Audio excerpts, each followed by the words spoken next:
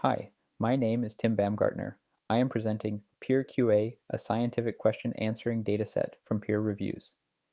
This is joint work with Irina Gurevich from UKP Lab at TU Darmstadt and Ted Briscoe from MBZ UAI. Looking at the number of published papers, we observe that there is a rapid increase. For example, here we show the number of accepted main papers at STAR ACL conferences. This growth is challenging for scientists, as we must keep up with a rapidly growing body of work. Furthermore, it puts pressure on the peer review process. Ever more papers have to be read and reviewed. We believe question answering tools can help scientists perform these tasks, allowing researchers to read and review papers more efficiently.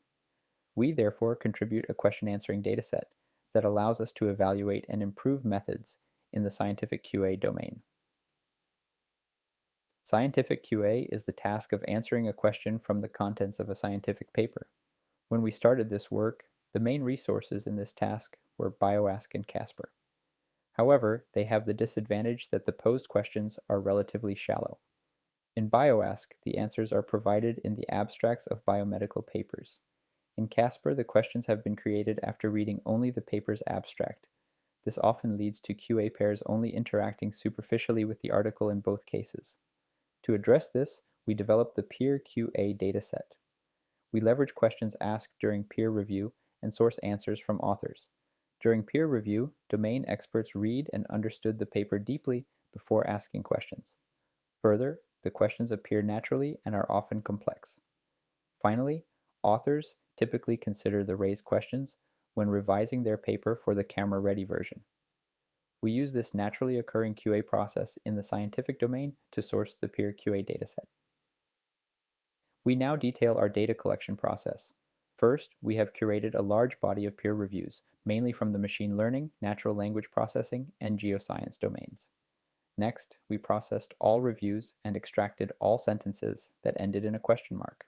However, these raw questions are not yet suitable for a QA dataset. Typically, they are contextualized in the entire review and contain core references to the preceding text. Further, a significant amount of questions are follow-up questions. To process these types of questions, we employed GPT-4 to decontextualize, decompose, and clean up the raised questions. Finally, to ensure high quality, we manually filtered all questions and kept only information-seeking questions, and removed, for example, questions that are about style, layout, or typos. Following this process, we curated about 12,000 questions from more than 3,200 papers. Given the collected questions, we have asked the authors of the original papers to participate in our data collection and provide the answers. First, since they are the ultimate experts in their paper, we ask them to review the question again and allow them to remove or revise it. Next, the authors annotate the answerability of the question. While the questions are typically answered during rebuttal, a question from a reviewer might still not be answerable from the paper. The author might have only responded to the reviewer, but did not update the paper to incorporate the answer. If the question is answerable, we ask the authors to mark any sections in the paper that are relevant to answering the question. Finally, we ask them to give a free-form answer to the question. Since a different author annotates every paper, the style and verbosity of free-form answers vary. We therefore also prompt GPT-4 to provide a more uniformly styled set of answers, giving it the highlighted sentences and the author's free-form answer. Following this annotation process, we obtain 579 QA pairs from over 200 papers. Given this data, we can model three crucial tasks in scientific question answering. Evidence retrieval. Where given a question, the model has to determine the relevance of each passage in the paper, finding those passages that are relevant to answering the question. Second, question answerability, where the model has to judge whether a question is answerable in the first place.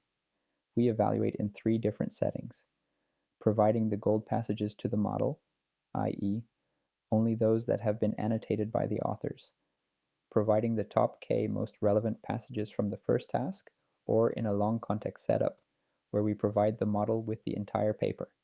We use the same setup in the third task, answer generation, but here, the model's goal is to generate the freeform answer.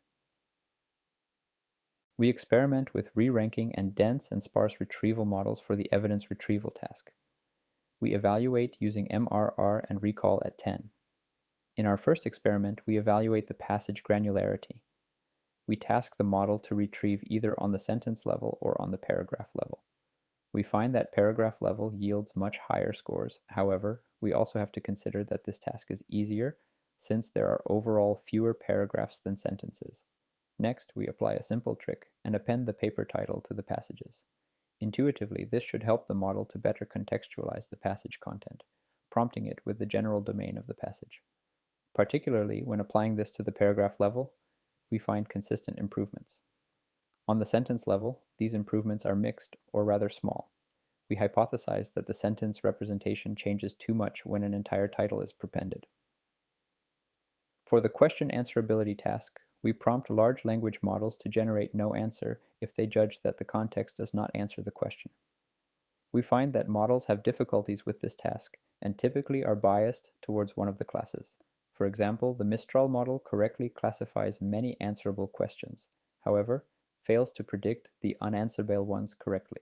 Overall, from the range of models we tested, Command R and GPT-4 O provide the best trade-off between answerable and unanswerable prediction performance. In the third task, we evaluate the quality of the model-generated answers against the author provided and the GPT-4 augmented answer. We evaluate using RougeL, which measures the lexical overlap between the two. Further, we use Prometheus 2, which is an LLM as a judge model. We prompt it to evaluate the answer's correctness using a 5-point Likert scale. We find that the performance of the tested LLMs generally decreases when the size of the provided context increases. That is, for example, when we provide not only the top 10, but the top 50 relevant passages. GPT-4o is a notable exception here, showing that it has superior long context modeling skills. We also find GPT-4o generated answers to be superiorly judged by the Prometheus model on answer correctness. To summarize, we introduced the PeerQA dataset with natural and complex scientific questions. We hope the PeerQA dataset can help to evaluate and improve LLMs on scientific QA. The dataset presents interesting challenges, such as question answerability and long context modeling. Further, it supports 3 crucial tasks for scientific QA: evidence retrieval, question answerability, and answer generation.